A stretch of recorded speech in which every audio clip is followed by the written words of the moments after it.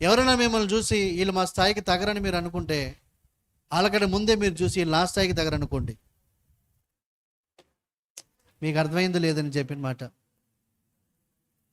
ఎందుకంటే వాక్యం క్లియర్గా చెప్పింది, మీరైన కుమారులు వారసులు.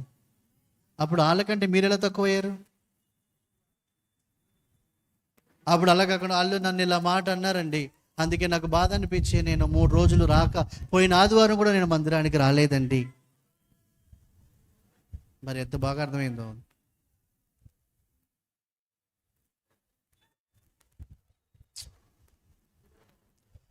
బిఫోర్ నువ్వే చెప్పుకోవాలి నీ లోపల, సున్నతి లేని ఫిలిస్తీయుడు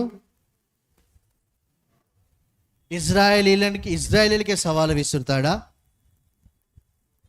అందుకే మీరు అనుకోవాలి మీ లోపల. అప్పుడు గొలియాత్ ఎంత ఉన్నాడు, దావీదు ఎంత ఉన్నాడు? ఆ మాట అన్నప్పుడు గొలియాత్ ఎంత ఉన్నాడు, దావీదు ఎంత ఉన్నాడు అంటున్నా. ఇప్పుడు దావీదు అటు సైజు పెద్దది, మాటలు వర్కౌట్ అవ్వ అన్నాడా? అలాగే మిమ్మల్ని ఎవరన్నా తక్కువగా చూశారనుకో, మీరు ముందు చెప్పుకోవాలా, నా దేవుడు నాకు ఇచ్చిన కృప ఏంటి ఇది, నాకు తెలుసు నేను ఏంటని. ఎంత ఇల్లు, అది గర్వం కాదు, నీలో దేవుడిచ్చిన కాన్ఫిడెన్స్. అది కాన్ఫిడెన్స్. నీ కాన్ఫిడెన్స్ కారణం దేవుడే, అది గర్వం కాదు.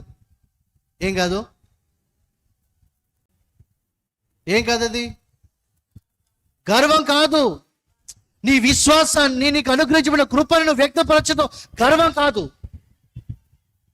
అది అతిశయించడం క్రీస్తులో, బలపడడం క్రీస్తులో. అదేం గర్వం కాదు అది.